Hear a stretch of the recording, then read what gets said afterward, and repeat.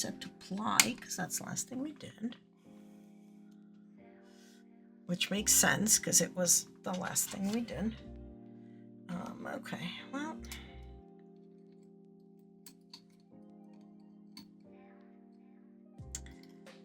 Come on over here.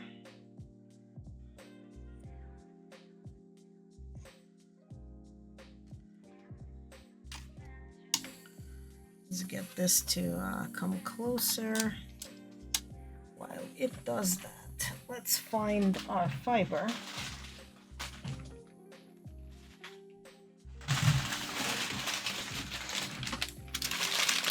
Sorry for the crinkle.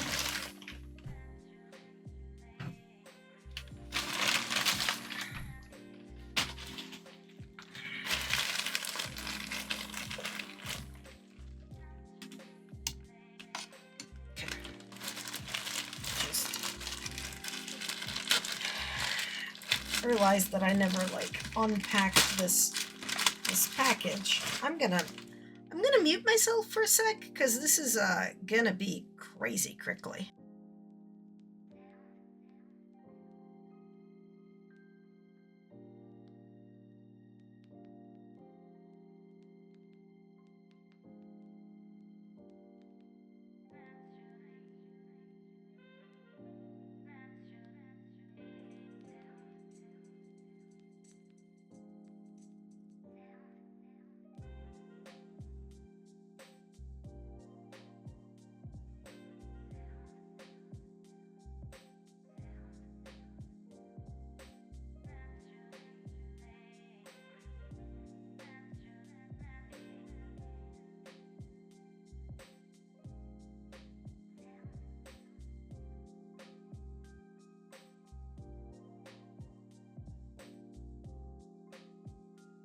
Okay, so I don't know if you saw, but I have these two and then another two.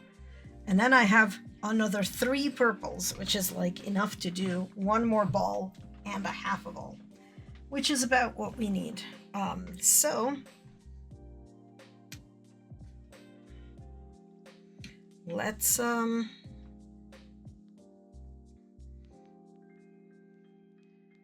spin this blue.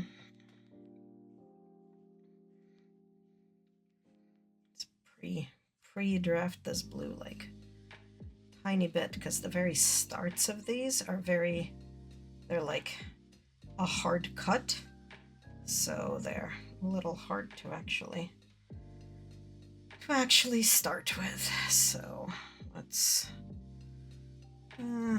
get something going over here and get you in here. I have no idea like what my tension is doing or anything because it was set for plying.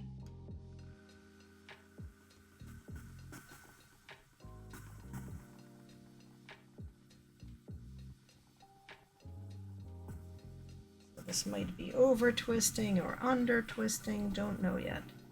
It's also jiggling really terribly, so it is not stable on here. Oh, because there's cords under it, that's why. It's like, why isn't it stable? Well, because it's not stable. Alright, so feel like we need a little bit more tension. Alright. A little bit more tension. And maybe a little bit less spin.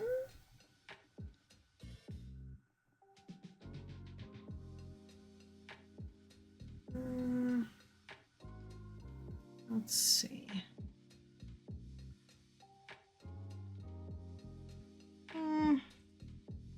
It's mostly coming up okay. All right. Let's turn you on. And that's gonna make it a little bit easier to see what's happening, as that's gonna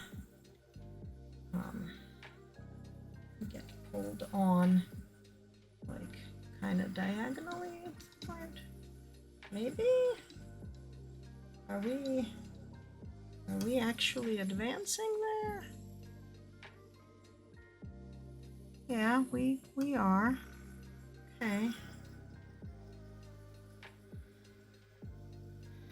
Alright.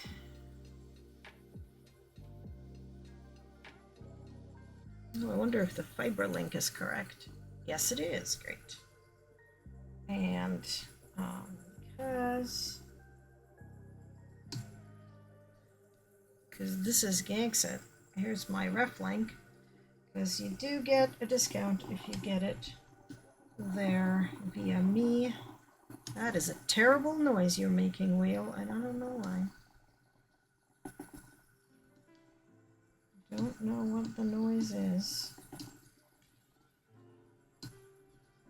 I think I might need to oil everything. Like I said, I haven't touched it in a couple of weeks. Not since I plied the blue, which I'm knitting with now. Oh. Fuck. Lost it. Okay. Stop. Alright, come on. You did not spin well over here.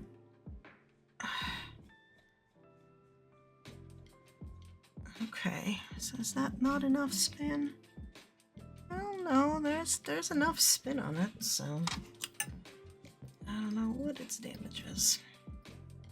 No, I mean, like, I lost it, but I think that's enough spin that's happening. I think that's enough spin that's happening. Who knows? For real. Who knows for real? Oh my god, did it again? It did it again.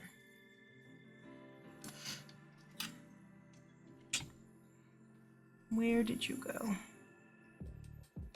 Is that still... No?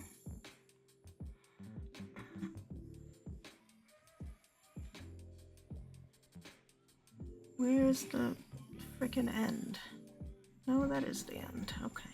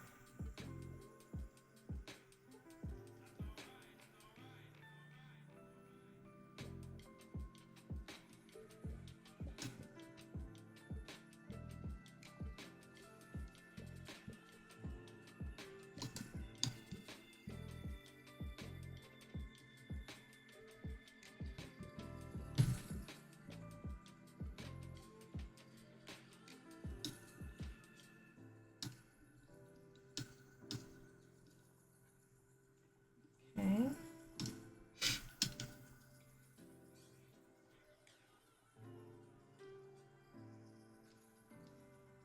Yeah, I'm having like a fiber staple length problem over here because it's like the very end. So it will be a little bit better once we're a little bit further into the fiber. Because what happens is they measure out, I'm assuming they're like 3.5 ounces, and then they just chop it. Which means that some of the fibers are not the correct fiber length. Because I think they're selling this for felting, which is sort of a crime. Because this is a really nice merino, and I guess it would make for good felting, but it makes for a really good sweater.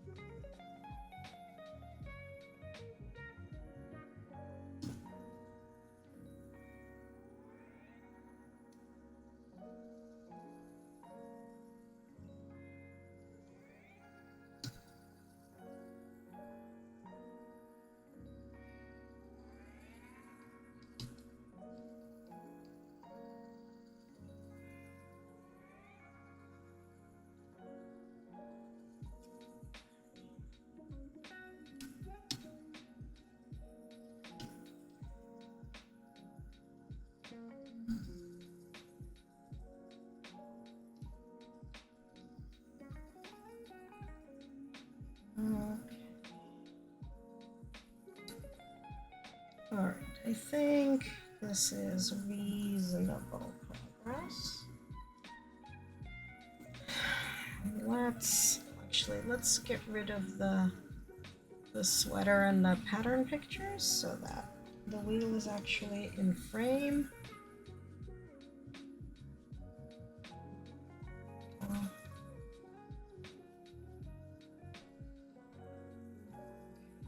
So we are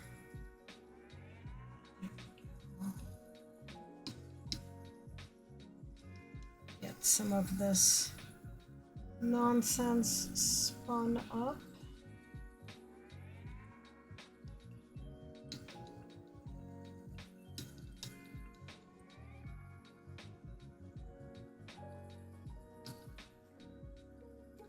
I have so much fiber currently, but on the other hand, I also know that I'm going to be taking a lot of this fiber with me to Israel once I move, so it will be good to have it because it's very hard and very pricey to get it shipped over there.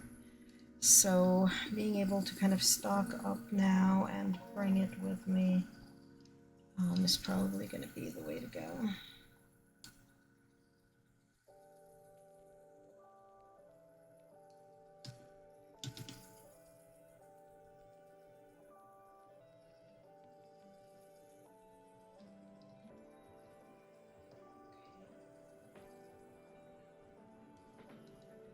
Thank you for following.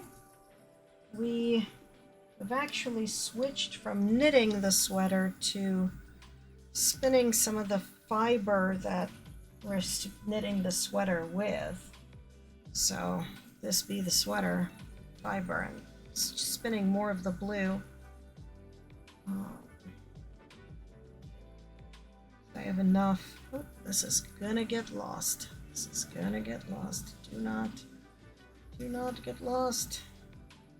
Do not get lost. Do not get lost. There we go. There we go. Do not get lost. Okay. It's got a little bit too thin there for a sec.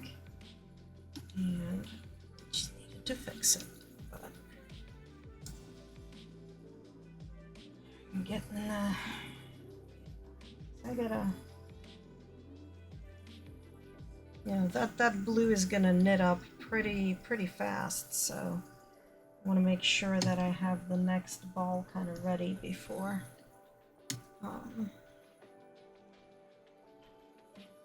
we run out. So.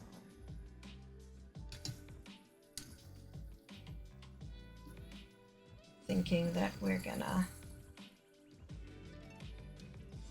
end up getting some spinning into the next couple of streams just to make sure that we've got the fiber and the appropriate fiber quantities and stuff. So.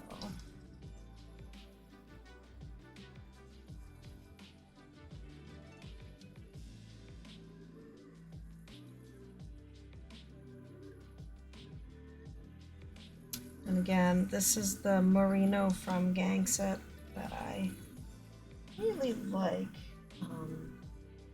Because it is by far the least expensive merino fiber I've found. It's 3.5 ounces for $9.99. It's pretty awesome. And they have some nice colors, as you can see, although like the colors go in and out of stock. But like I've had a couple of times I looked when I was trying to get enough of the blue and purple because I got some and then I was like, I think I need more. I went and looked and it was listed as out of stock, and then I went and looked the next day and it was back in stock, so it wasn't like a problem. So yeah, these some good stuff. They're mostly a company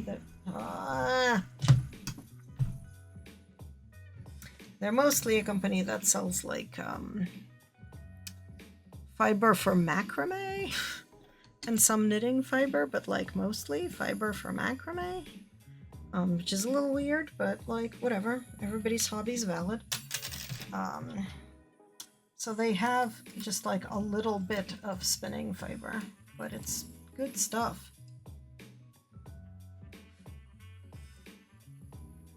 Come on. Come on. Come on. Come on. There we go.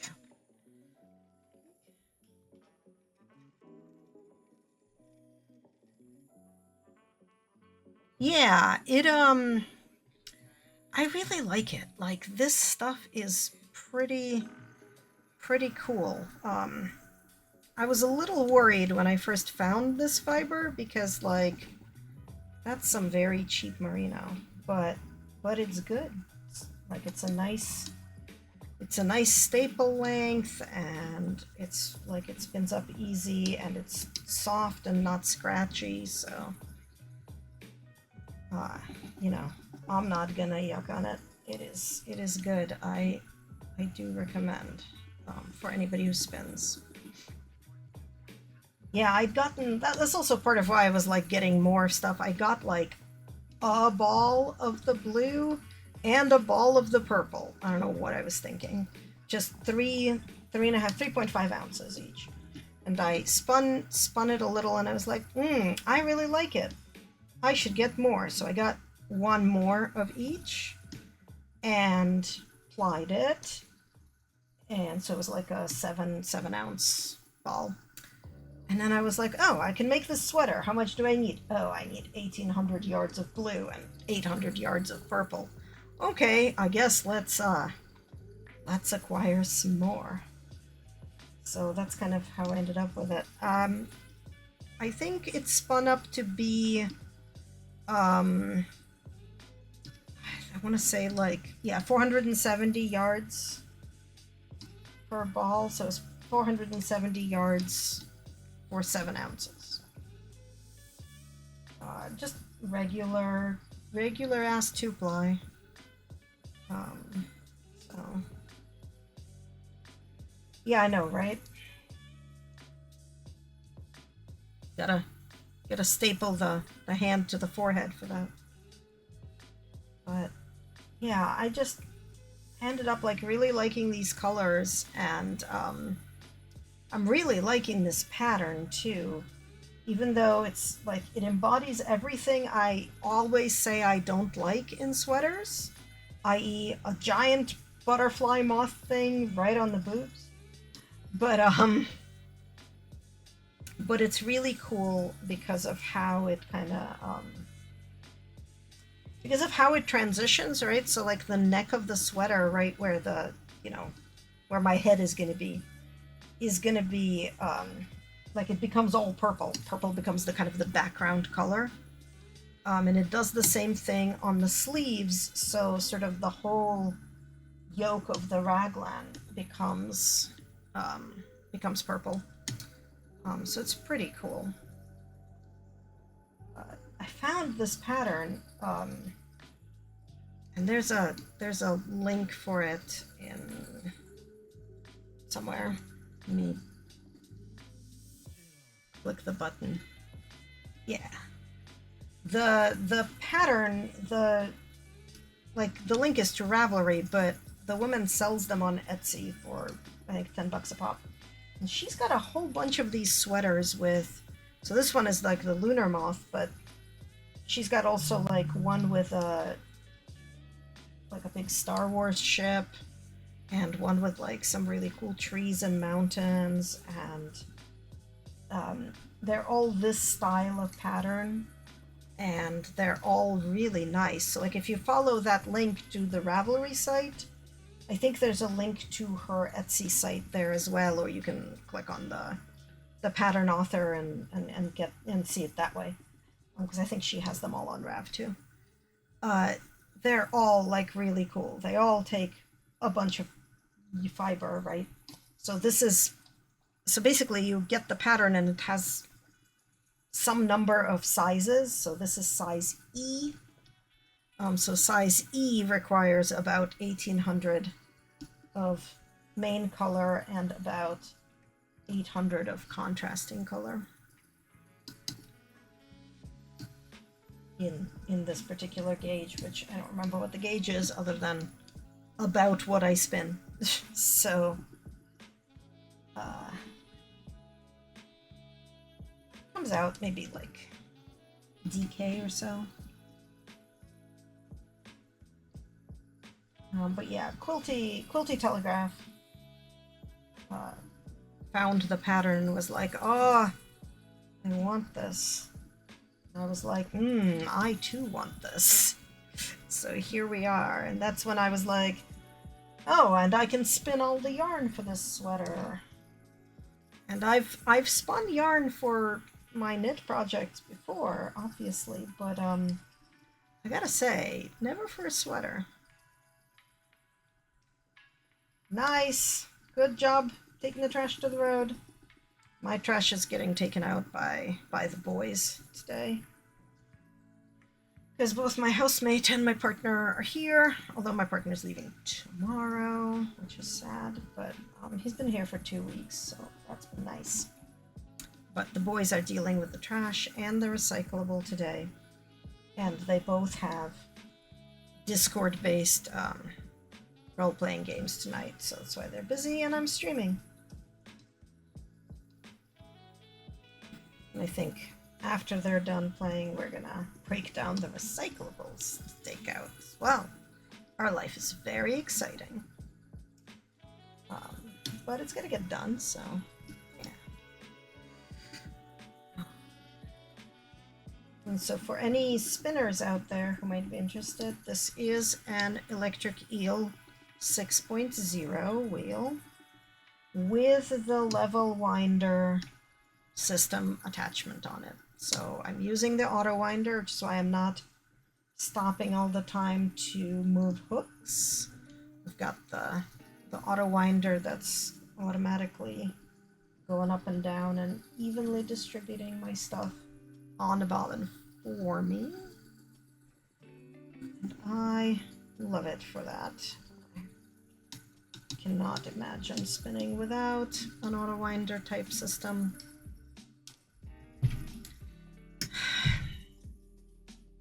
This is like, what, the third time that I've lost it? Come on.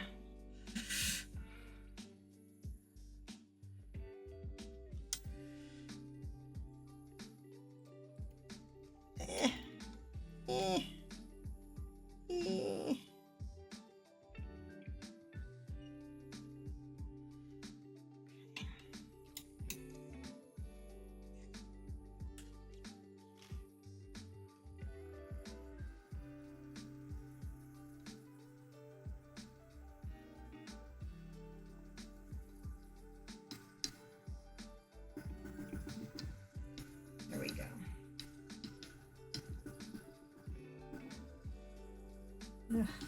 Apparently 3 weeks of no spinning and only knitting makes for a very rusty me, because I'm losing the thread too much. Too much, but that's okay.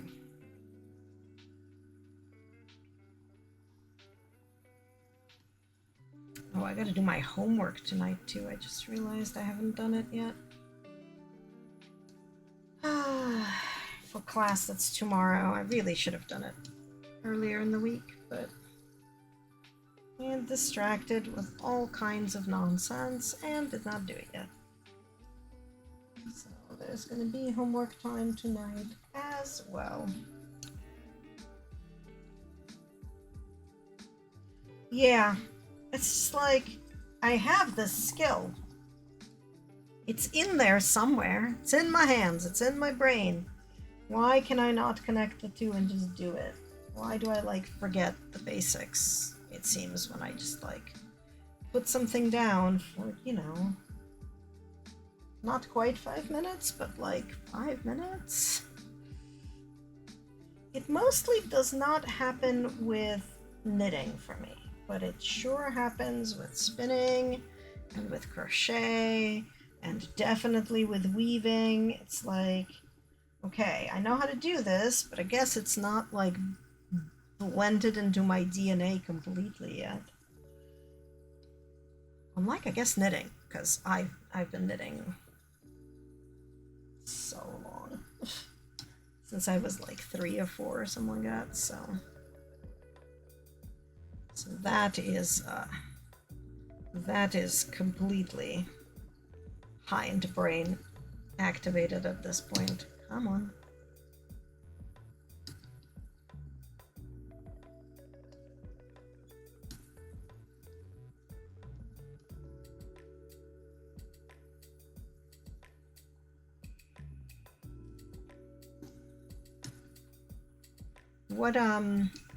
What crochet project are you working on?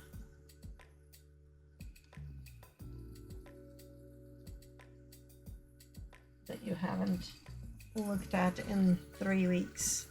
I know Box Puppy's working on a blanket. And I have yet to go look at the pictures in Discord, but... Oh, a dish towel, nice.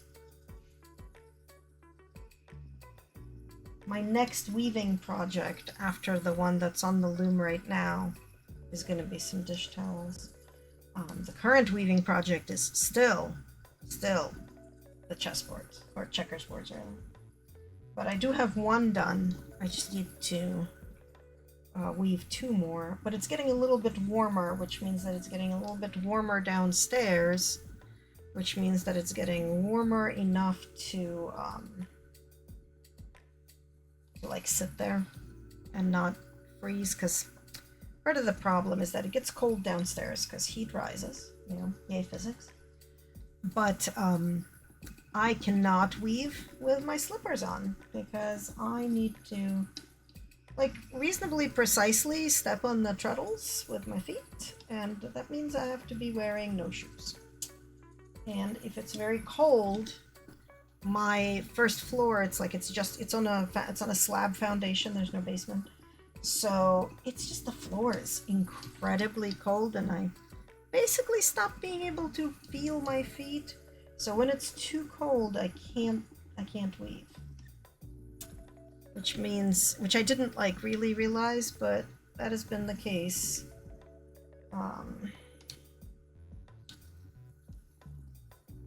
So but it's like if it gets warm enough to not need to like bundle up downstairs, then it's okay. And it got into the 50s outside today, so it's gonna get colder again, but I think not as cold as it has been. So here's hoping, knock on wood, I'll be able to go weave again. And the last time I was down there weaving, I did manage to actually stream off of my, thanks timer, off of my laptop. Just connected the laptop to the camera. So it's not like the best of stream qualities, but it works. And I have the other camera over there, but it's about the only way to be able to stream that loom. The rigid heddle that's up here, that's got like no project on it right now. I have managed to previously stream over here, and I might be able to again, especially now that the second camera, this camera, is like it's on a foldy swing arm. So I should be able to just rotate it a little bit out to hang over the rigid heddle loom. But I haven't tried it yet.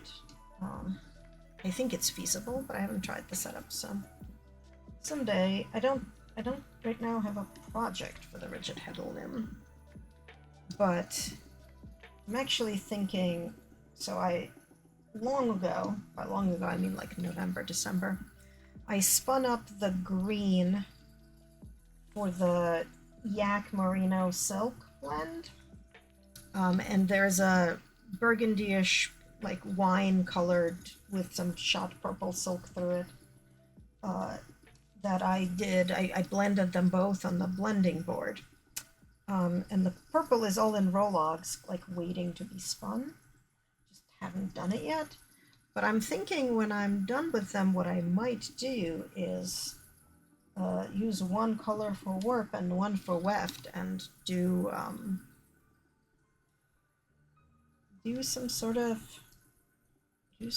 a scarf or something with it. I mean, it's silk, yak, and merino, so that's defo not dish towels. But I think it might do an okay scarf. Just like two colors, of just some sort of like completely plain weave.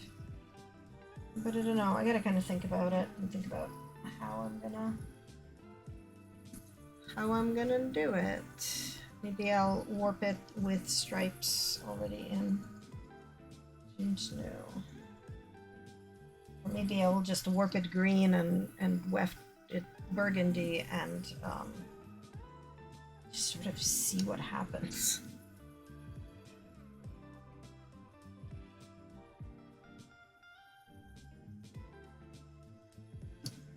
I got like, I want to say 500 yards of the green, so it's like it's not nothing color, like in terms of not nothing in terms of like length and stuff. So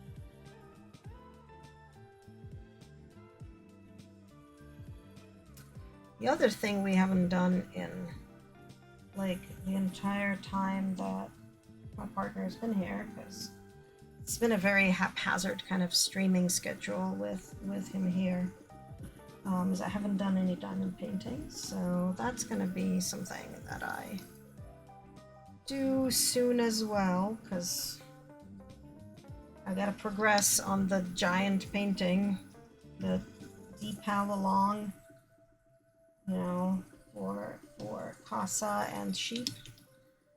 And yeah, I gotta finish it, and I want to finish it before I move, and I'm moving end of August, so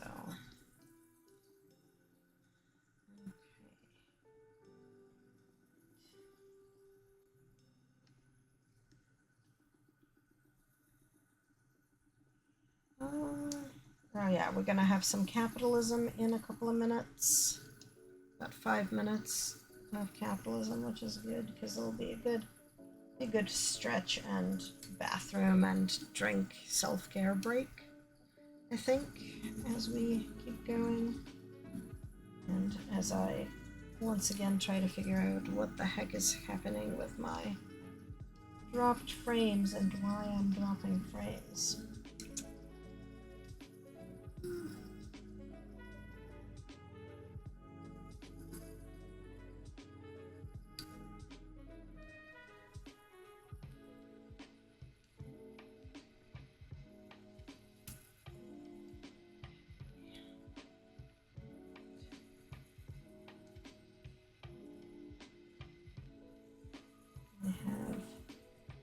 Kickstarted the Electric Eel Fold, which is sort of size-wise in between the Nano and the 6. I don't have a Nano, but I've been thinking about maybe getting it. Maybe getting a 6.1, don't know. Don't know at all, but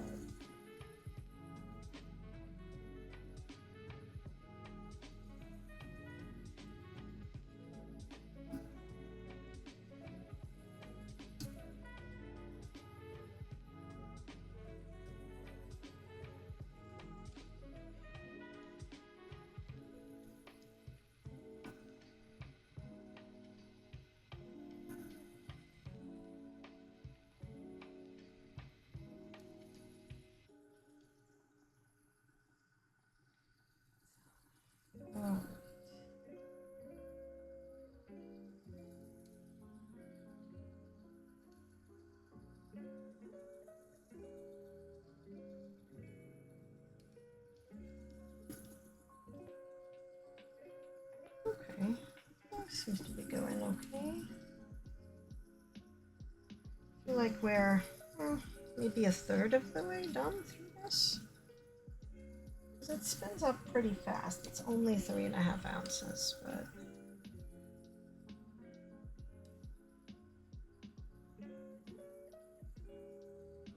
don't think we would finish it in one sitting, but we might. We're not gonna stream tomorrow because I've got class tomorrow evening, but Thursday I might.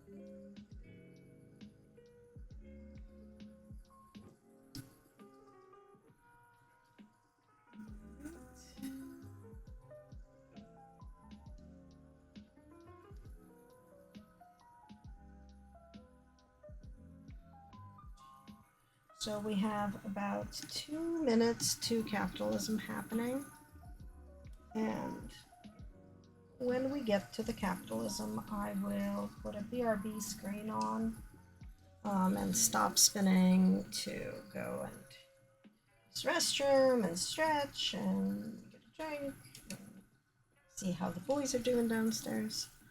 And I encourage y'all to do the same. Even if you don't get the capitalism, but it's a good time to take care of oneself and that sort of thing, because while we must have the capitalism per Twitch, we can use it to do some self-care. Okay.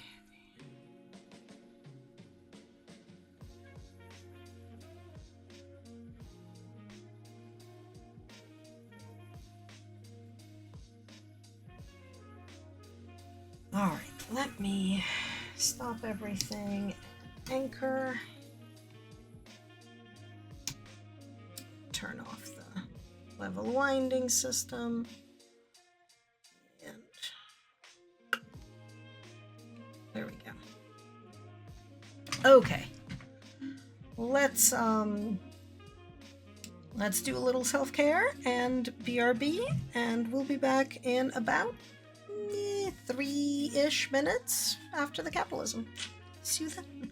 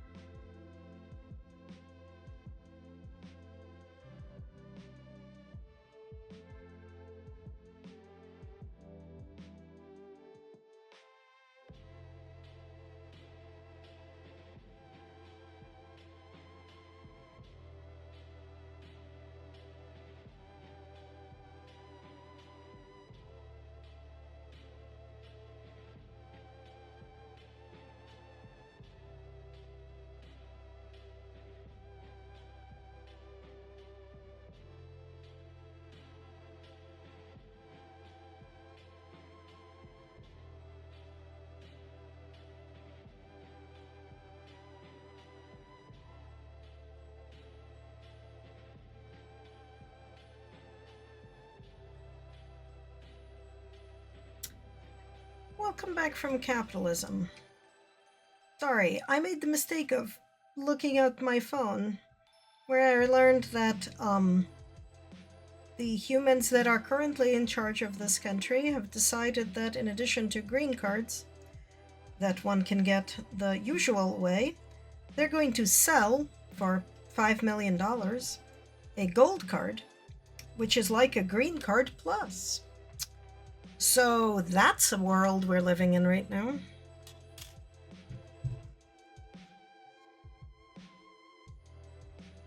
And I gotta say, I'm a human who has had a green card because I was a refugee from the Soviet Union forever ago. And that's a thing that's happening right now. What the ever-loving actual fuck.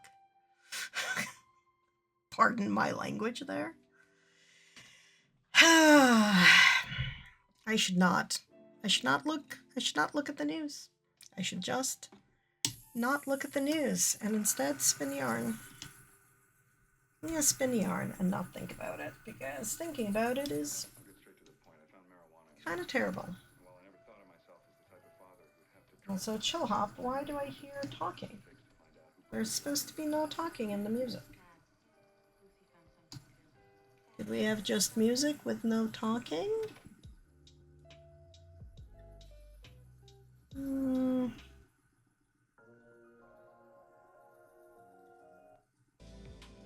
Okay, there we go. Please music with the no talking.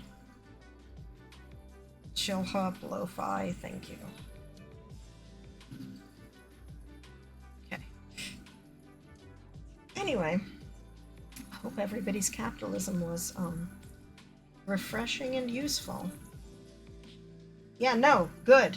You should. Welcome back. We just came back from capitalism, and I had accidentally looked at the news, and that was a mistake. So I'm doing my best to not think about it and instead think about this yarn that I'm making. Yeah, we had the capitalism.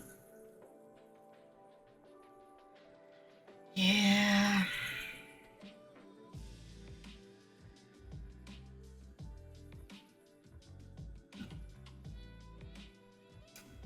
That is a useful sound clip to have.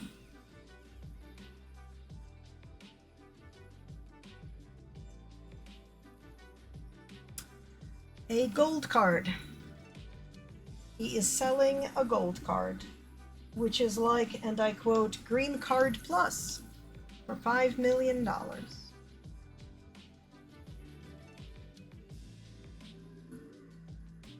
Yeah, come back. I promise I will stop talking about politics.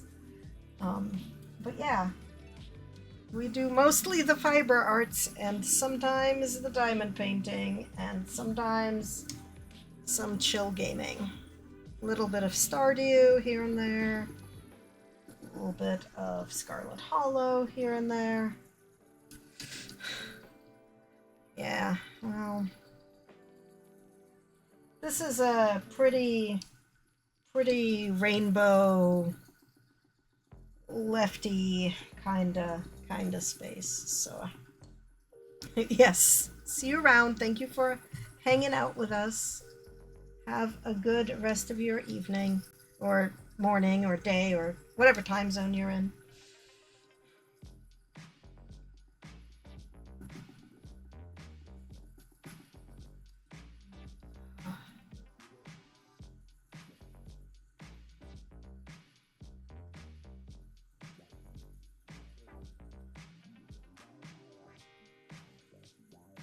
Oh, this lo-fi has like a beat to it, actually.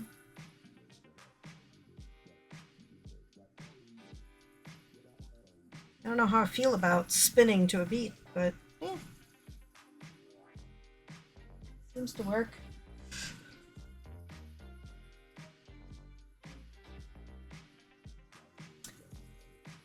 Oh, Box Puppy, I wanted to talk to you about Scarlet Hollow, though. I've spent like, I don't know, 15 minutes looking at the alpha release of the new stuff, which I can't stream, but it's gonna come out. It's supposed to be out like in early March, which is next week, the week after, something like that. And I'm still trying to decide if I want to just, like, because this is just the redo of some of the of the early chapters, so it's not like, it's not chapter 5 yet. But I am wondering if I want to redo my my runs through the chapters with the new stuff. Because, like, what I've seen of chapter 1 has plenty of new stuff in it, and I'm just unsure. And I had that project to get all the combinations done, and I never finished it, so, like, that's still kind of sort of in progress.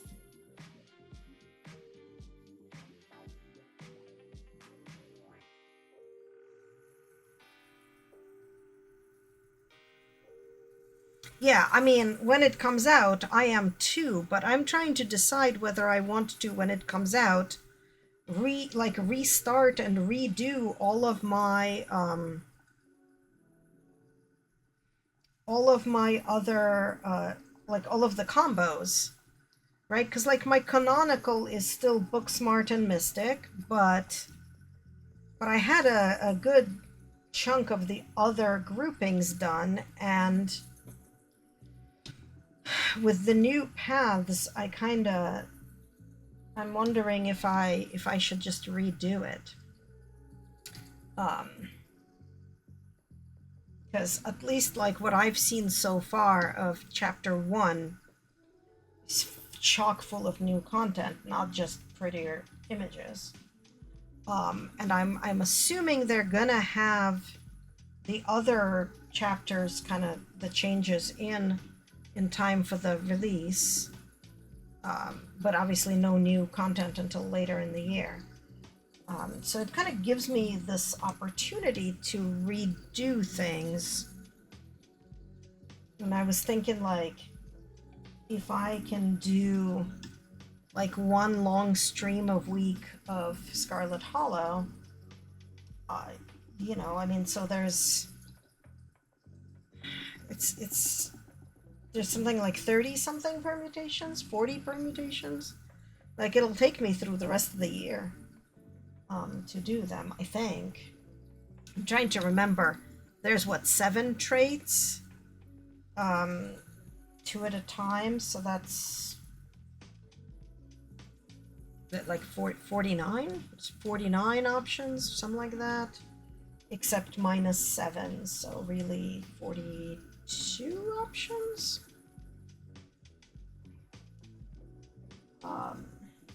I think. Math is hard.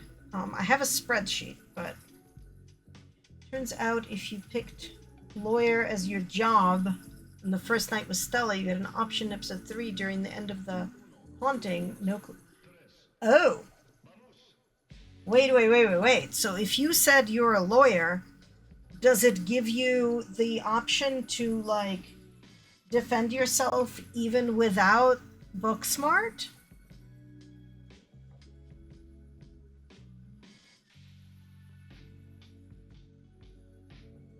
Interesting, because I know if you have Book Smart, that's what gives you the option to defend yourself, and that's the good ending that you need Book Smart for, right? Because, like, chapter 3 is the one you need Book Smart for.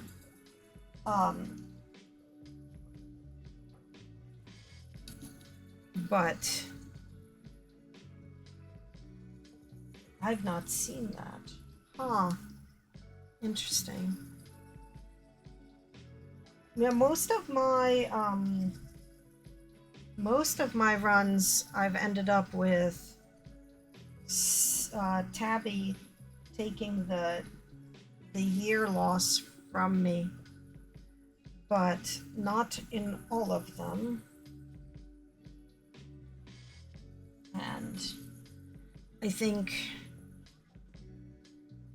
part of the thing is that in the looking for Stella part of chapter 4, where you kind of get to go to all the different places, I find it's really fascinating to be able to go to the pastor's house with Talk to Animals, but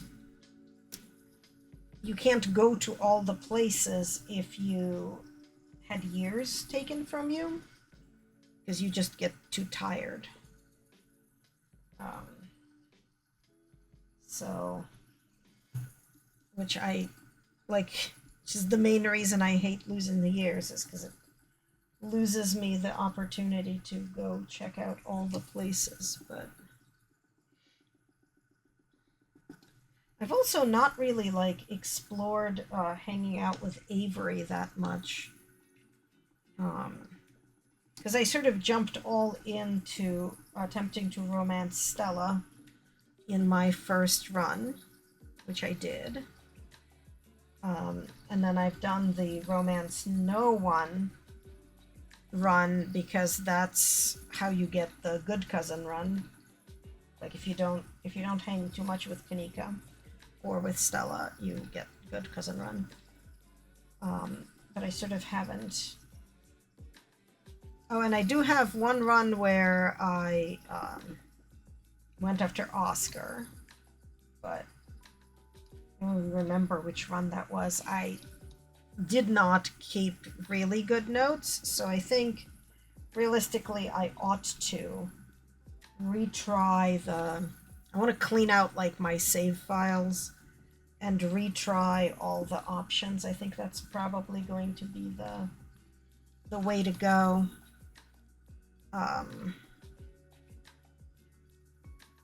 Because getting all the permutations is really the only way to kind of get all the info, or as much info as possible. So we will see. We'll see how it goes, but I think I just talked myself into needing to redo all of them. And they're not like that long. Like chapter 4 is wicked long.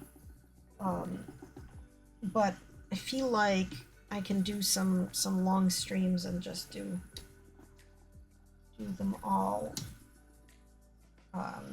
That way, when chapter 5 comes out, I will have all of my saves kind of ready for that. But I wonder if anybody has made like a giant flowchart decision tree sort of thing for all the chapters, of just like at least what all the options even are. Like I think I've only ever once gotten to the eating ice cream with Tabby scene, and I've gotten the weak strike a couple of times. Basically, if you've got Kenai and you can get all the kids out, and Kenai and Street Smart. I think you need Kenai and Street Smart.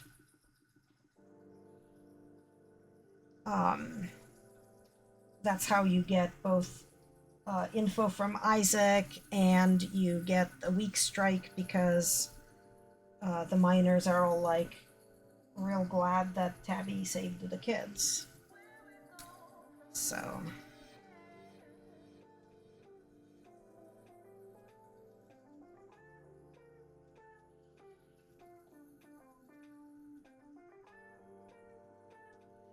I realized, the alpha came out and I went in and I realized that my most recent save previously was in November of 2023.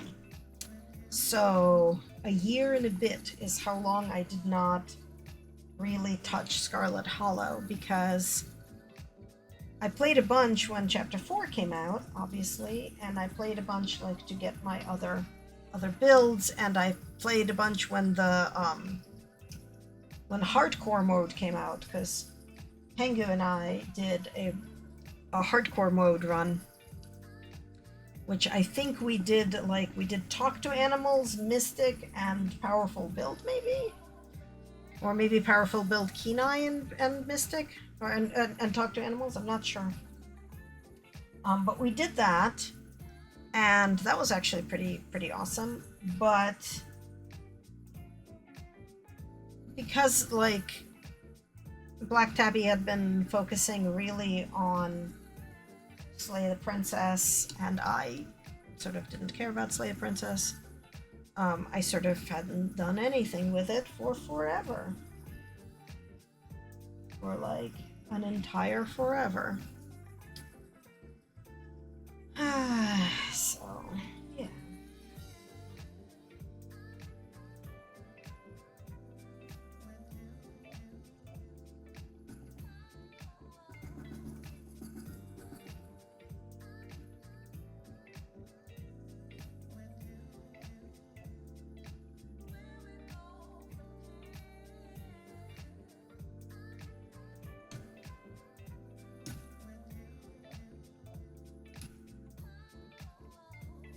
Like, I played through 1 or 2 instances of Slay the Princess, but then I was just sorta...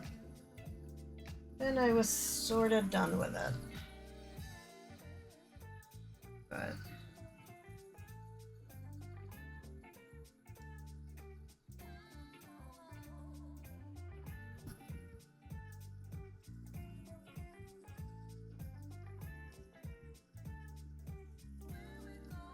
But here's the thing, right? So Scarlet's Hollow is coming out, a big release coming out, and Fields of Mystria is having their next big release, and I realized that I booted up my...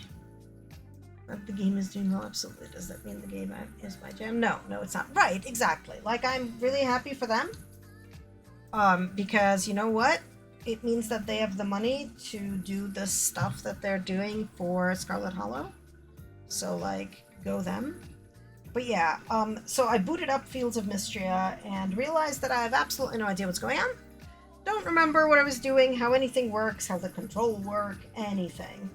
So probably I'm going to need to restart my Fields of Mystria farm again on stream. And I had some Mystria mods that I don't remember what they are, how they work, or like literally anything about them. So that's a thing.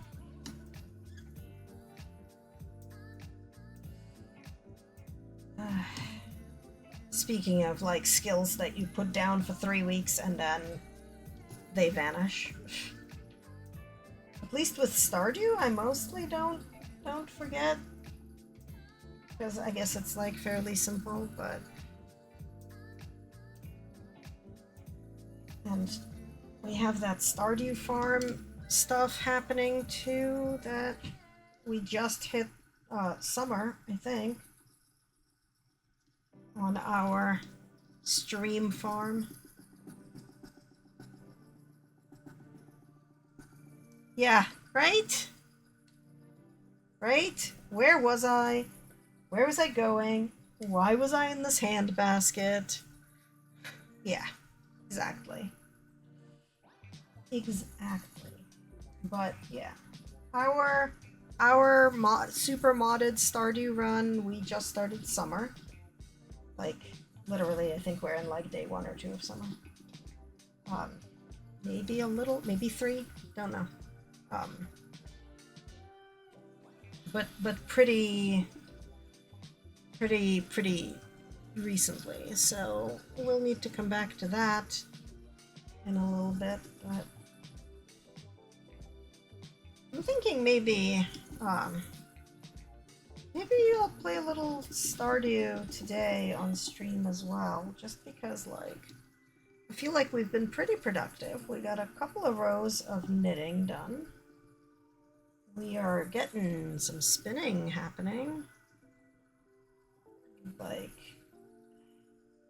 like progress. You know, not going to be done or anything, but progress.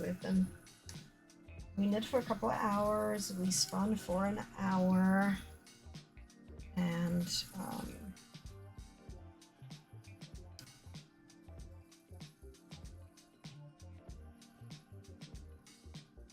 maybe it's a little Stardew clock. I don't know. What do you think? Do we wanna switch to a little bit of Stardew? Maybe when the next capitalism hits in 30 minutes? Or maybe not. I don't know. It's sort of always a thought of like switching things around.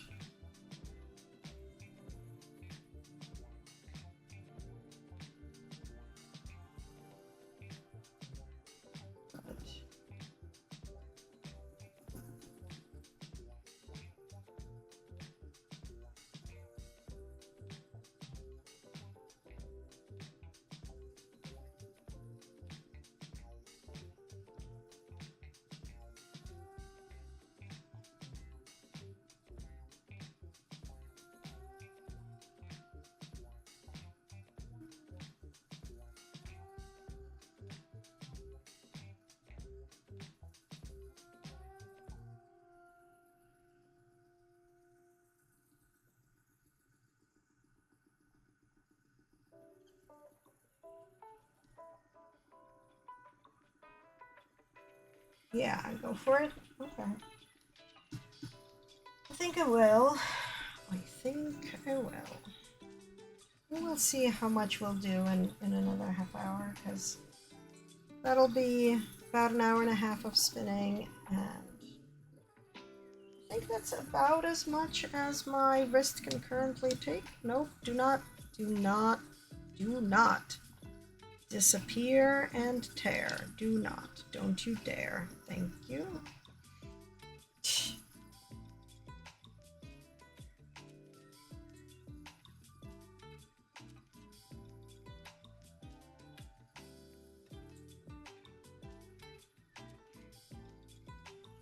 Yeah, because like too much spinning will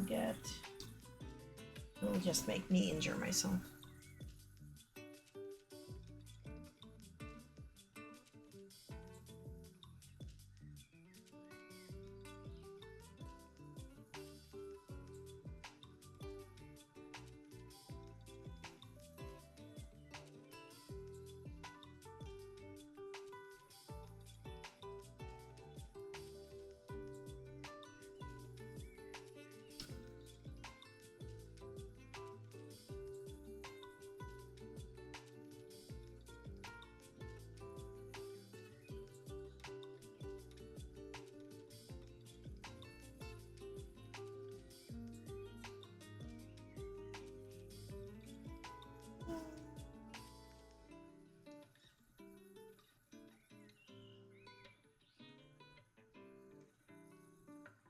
Oh yeah? What does it remind you of?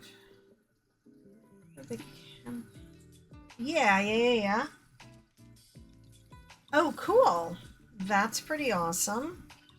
What is so what did you end up playing for the campaign? Because I remember you had a couple of concepts. What are you going to be playing? What is your cousin going to be playing?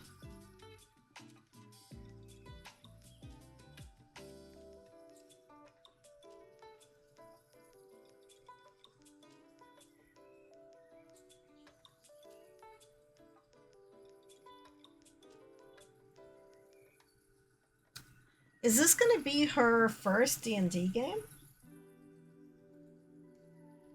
Nice. Rangers, nice. Very cool.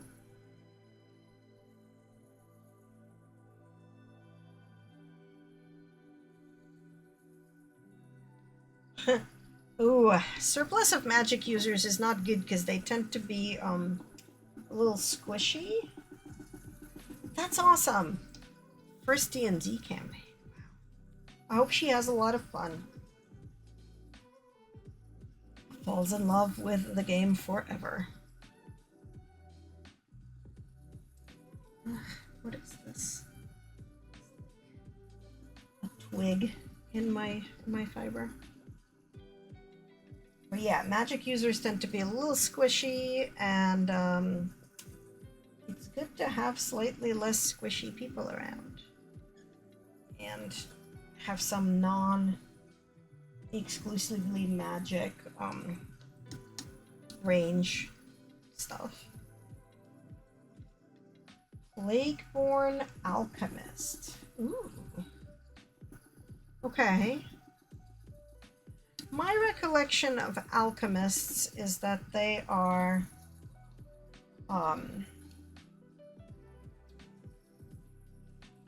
a little bit they're like support.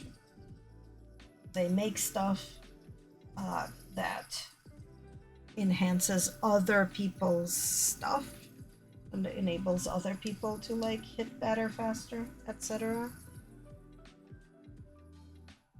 Yeah.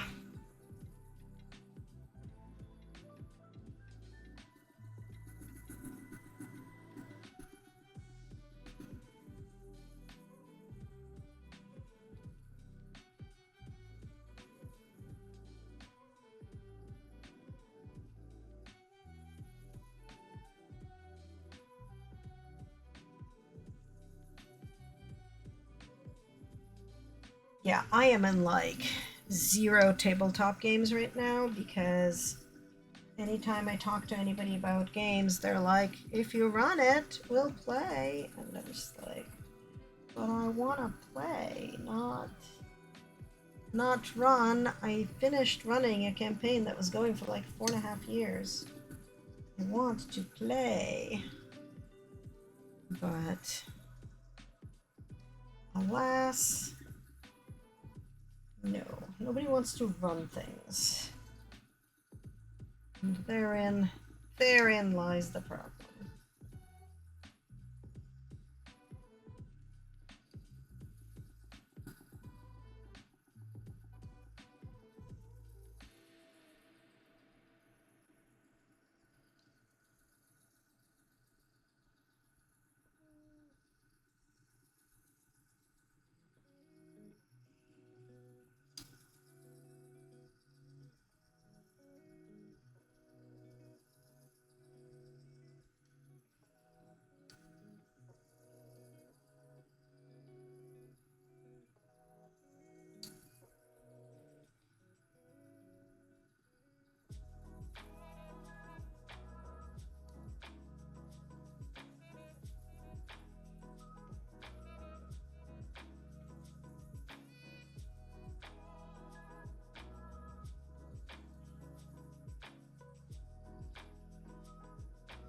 Yeah.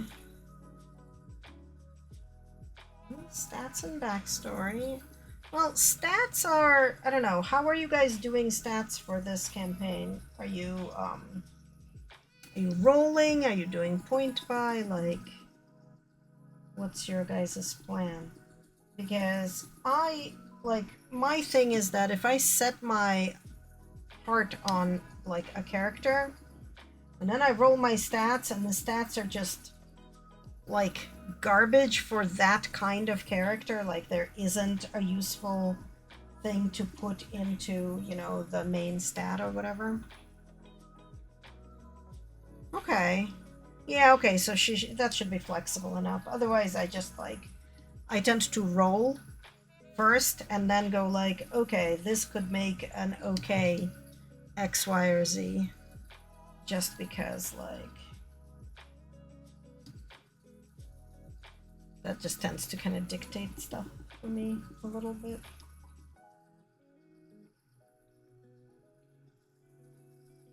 And I definitely do like the stats and the character first and then use the, then write the backstory and use it to, like, explain why I am, I ended up being a wizard because I was always, like, strength 8, etc., etc. So, oh my god, level 1. Ugh. I know a lot of people do that. I'm not a fan, mostly because I feel like you really start to differentiate as a character, especially in 5th ed, at level 3, because then like your clerics have their sub school or whatever the heck it's called, and your monks have picked a school or a path or whatever it's called, and like everybody has actually started getting their class stuff. Because at level 1, everybody is more or less the same. Like all the classes are just sort of like, hello, we're here to do next to no damage in most circumstances, but we're gonna try and survive level 1 and 2 until we get to 3. So I am a big fan of starting at 3 or at 5, but starting at 1 also makes sense, especially if it's our first game, right? Like that makes sort of extra sense.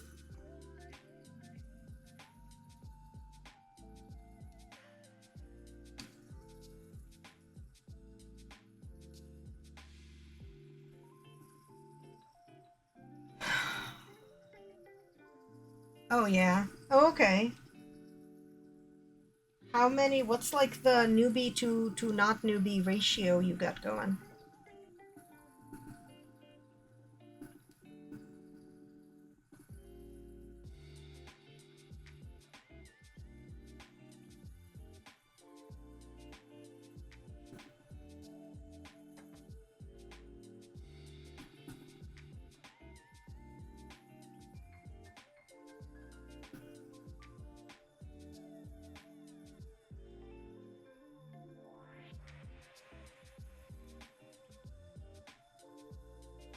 His partner and sibling-in-law are also new to this. Another player hasn't played tabletop in a while, so she's having to relearn. Okay. How many total players do you have? So the DM's partner and sibling-in-law, it's 2, and the other player, it's 3, and you, that's 4, and your cousin, that's 5. Is that everybody? Or do you have even more people than that?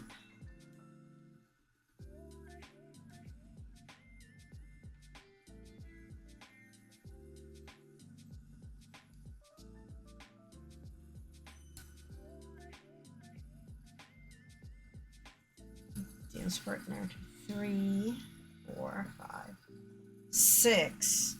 So 6 players. That's a lot of people. I mean, it's a D&D game, right? So people are gonna drop like flies, but that's too many people, in my opinion. But okay, so other than you, who else is not a newbie? So 2 of the 3 named people, who I don't know which one is your cousin. So Alex is your cousin. Okay, so is it like you, Amy, and Peyton, who are kind of old hats at the D&D?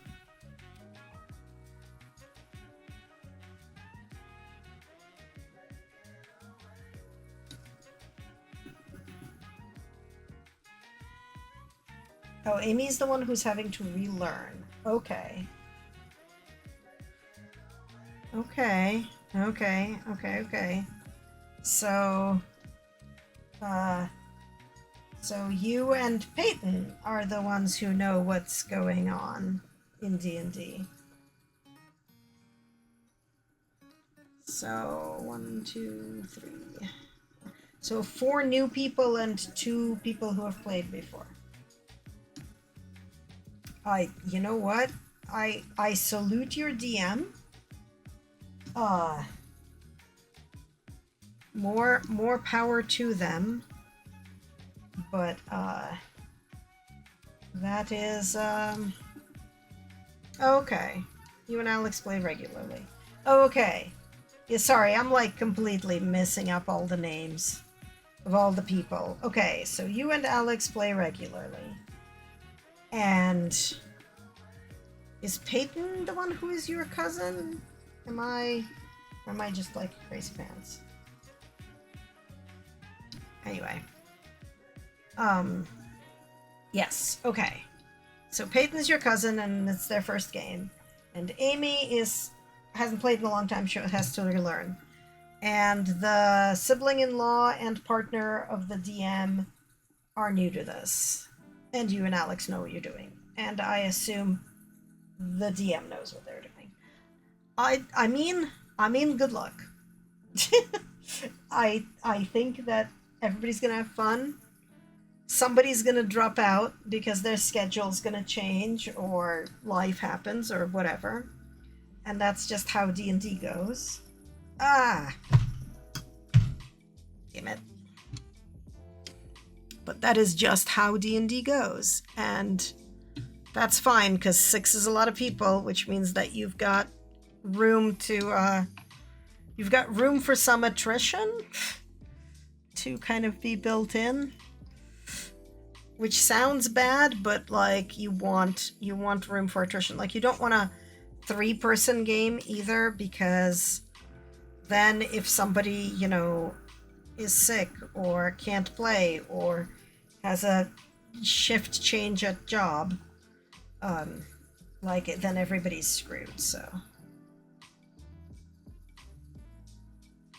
yeah.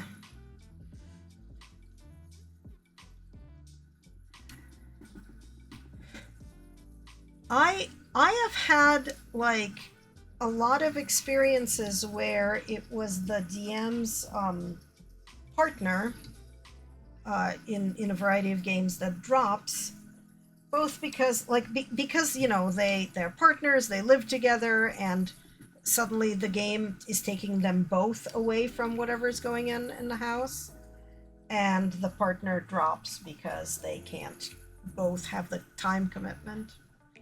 So that's a thing that has happened to me often.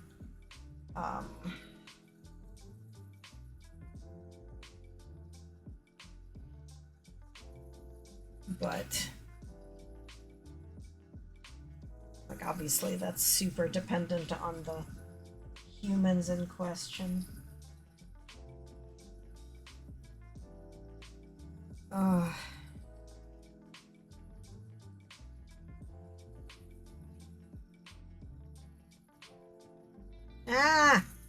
Again?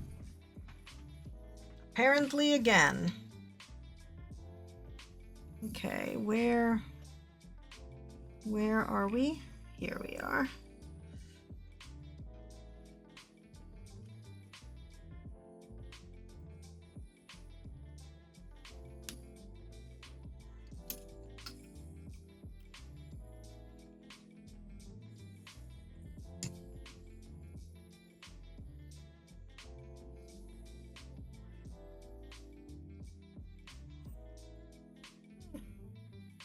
Yeah, the last game I was in, the D&D game I was in, it was the game had been going on for 20 years.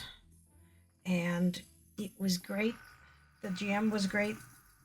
I joined, late, and I had played with them for maybe 4 or 5 years, including online during the pandemic, and we had just started playing in person again. And then we discovered that one of the people was in need of getting arrested for we discovered that a person who was playing in the game was accused of doing some bad things to other people's minors a decade previously. And I was like, I cannot play with this human. I'm sorry. This is a giant mess and a world of no. Because the GM and all the other players were like, you know what? No, we believe you, person who says you did not do anything bad. We will stand with you and keep you in our game. And I was like, peace out. So I quit that game, and I was very, very sad because I had no D&D games, and I was like, oh, should I have? Like, should I not have? Blah, blah, blah. And I was like, you know what? You are the company you keep. Like, I can't even. And, a year after that,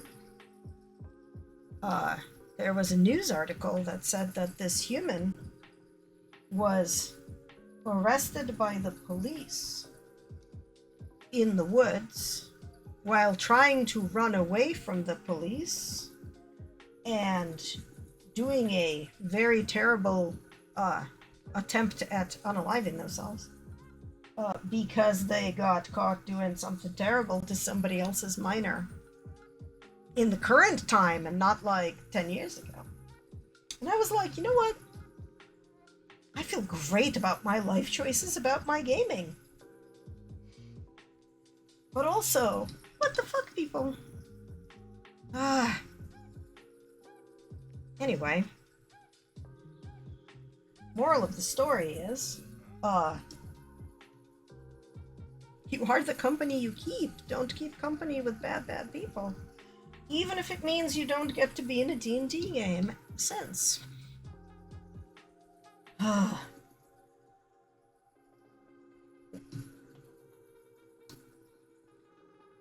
Right? But also, like,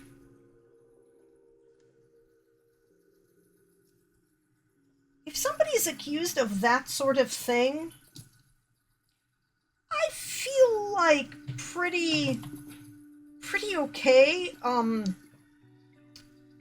not keeping their company anymore.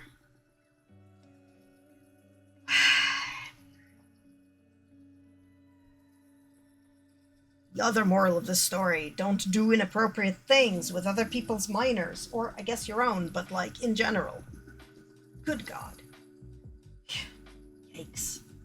Yikes on bikes.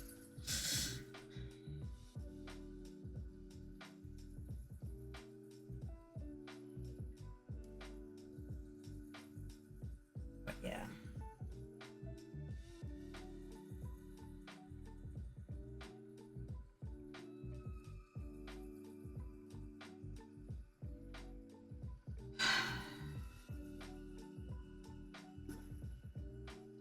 Which is all to say that I do not regret my choices of leaving that game, but I am sad to be in no games.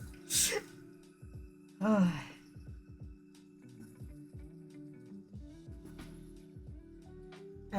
my BFF's partner tried to start up a game, like a Spelljammer game, and that just did not go off. Like, we played once and fell apart, so that never occurred. So someday I will find a group of people where somebody else is willing to run, and where they are willing to run on the intertubes remotely, so that it doesn't matter where people are, as long as they can make the predetermined time.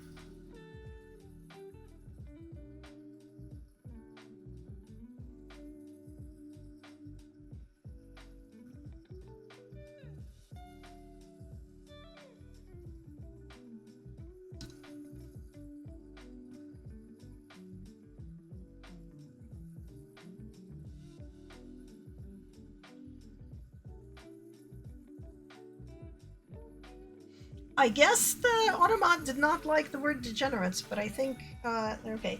Okay, you have 6 people in your D&D group. You do not need a 7th person. That is even more too many people.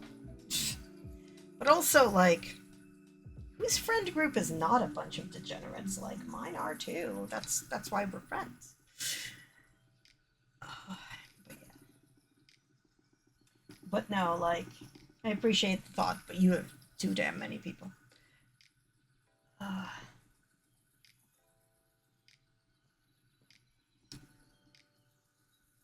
Clearly, what you need to do is run a game. because, like, I'd play.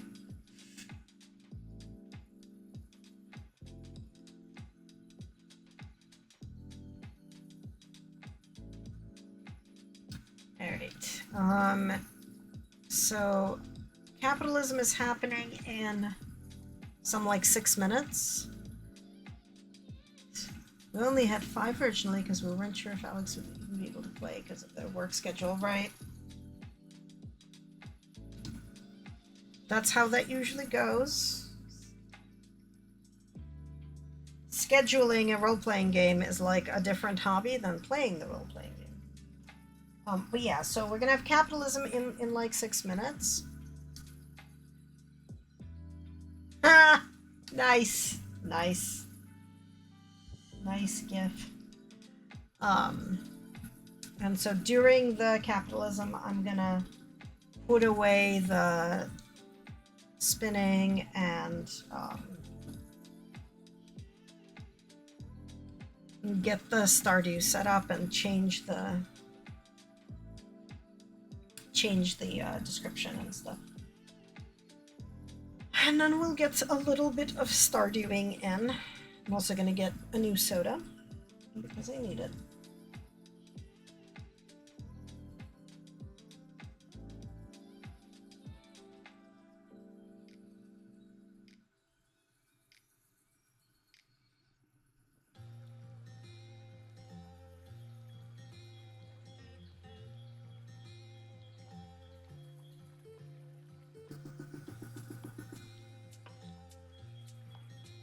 Also, like, definitely end in sight for this hunk of blue, which is fascinating because that's spinning up very fast.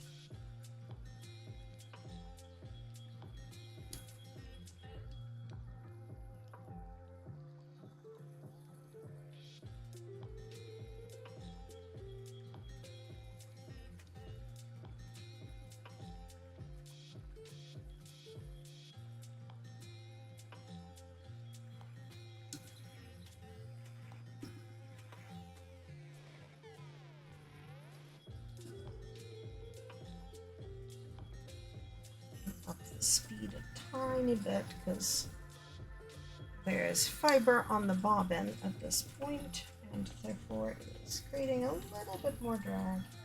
That's one of the things I'm super excited about for the fold, because the fold has a tachometer on it or whatever that tells you the RPMs that the motor is going at. So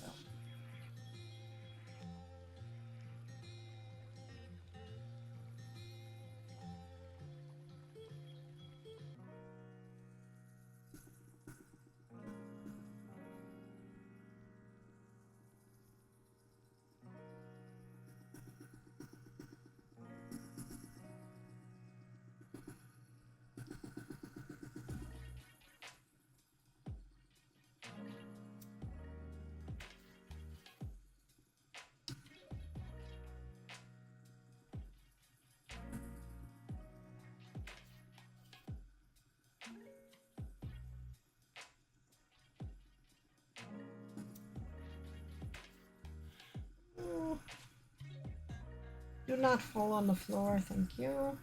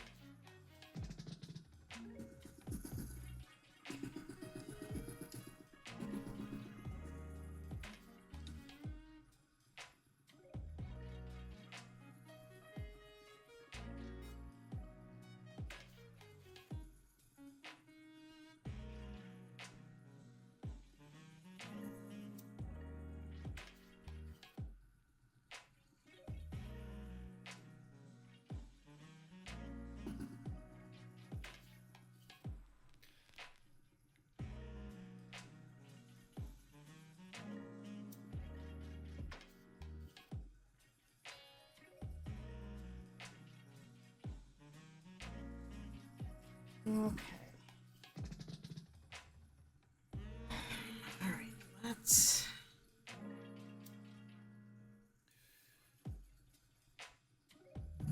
wind down for the capitalism, which is imminent. No, do not. No, I cannot leave it like detached like this. So, which means we have to redo this.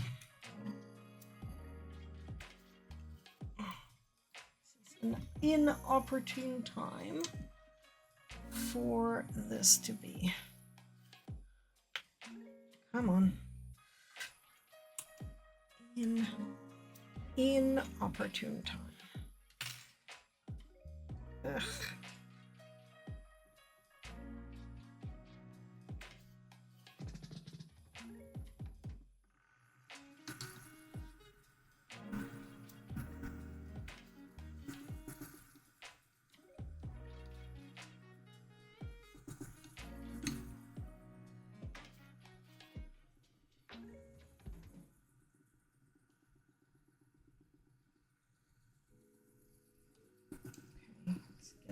Let's see if we can feed these guys back in there,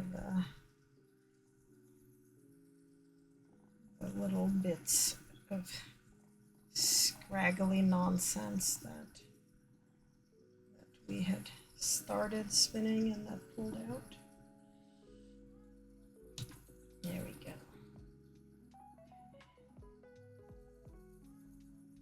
go. Okay. It's capitalism time.